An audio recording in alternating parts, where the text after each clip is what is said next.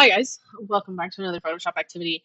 Today's activity is different than my usual ones where I walk you from all the way from step A to step Z and we go in order. Instead, I'm going to show you my final product. I'm going to talk about some of the things that are happening in the layers, and I'm going to show you a quick example of one of the layers. Your job is you're going to make a unique design for you. So my design is inspired by florals or flowers. Remember that we're working on things like variety. We're looking at balance. We're looking for good contrast. All of our nice little buzzwords are what we're focusing on. Um, I'm doing florals, but you'll be encouraged to do something unique to you. You can do this in anything that comes in a variety, like vegetables or cars or sports or sodas or different types of containers or different types of bears. There's a ton of options, anything that comes in a variety. So let's go ahead and look at what I've got. I've got this graphic design. It has the word florals very big and in the center. And I have a couple different varieties of flowers. I also have a background, and my background kind of peeks through my lettering. So, first thing, I'll talk about my background. My background is just, if I turn off everything else, my background is just a picture of leaves. Next, I added text. When I added the text, it came complete, right? It didn't have these little gaps. I added a couple effects. Remember, you can add effects by clicking blending options. And it looks like the effects I added were outer glow and drop shadow. So, if that could load up, that'd be great. Um, There we go.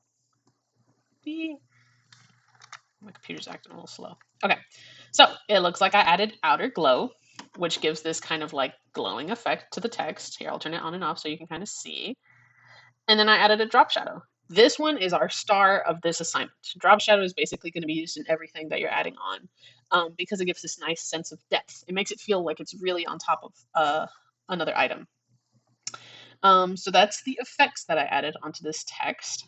To add the text, remember that we have a text tool, and that if you type anything with a text tool, say for example, if your assignment is going to be, my computer's so slow today, over bears, then you can select all the text. You can change the font to maybe something bold, because a bear is bold, a bear is aggressive. Um, and you can click this little button, this like curved T. It gives you some warping options. You can do something interesting like arch or fish. Fish is cool. You can do different kinds of bends.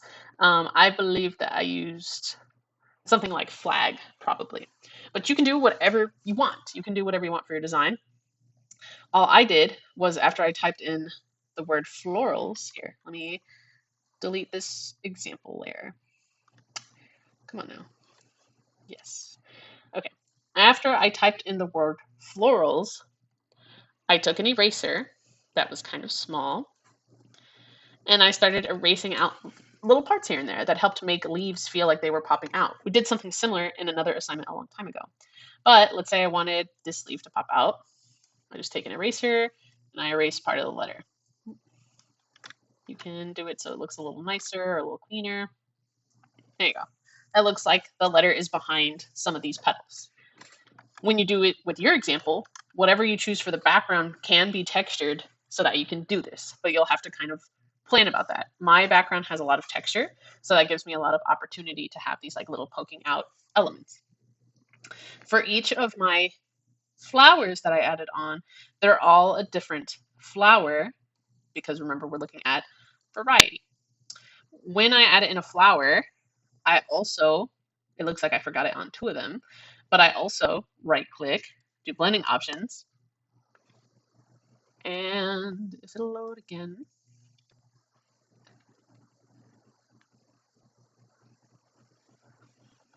I just add drop shadow. So this flower, this corner one, and the drop shadow just helps it feel a little bit more like it's in the canvas. You can change the spread of it, the size of it, and that like increases how much drop shadow is happening.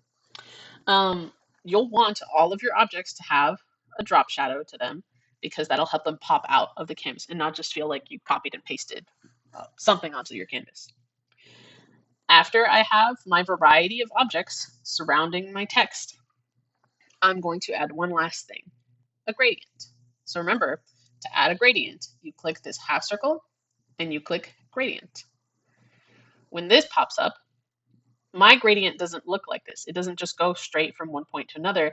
Mine looks like a circle. Mine is radial, but I don't want this dark in the center. I want it on the outsides. So I reverse it. So that's why I have this sort of like vignette cornering happen. You can turn this layer down if you want it to be a little less dramatic, or you can keep it just as dramatic as that. Maybe I like it more dramatic now. So this is my final product. You're going to want to make something similar, but not exactly like mine. I would even suggest you don't do flowers at all.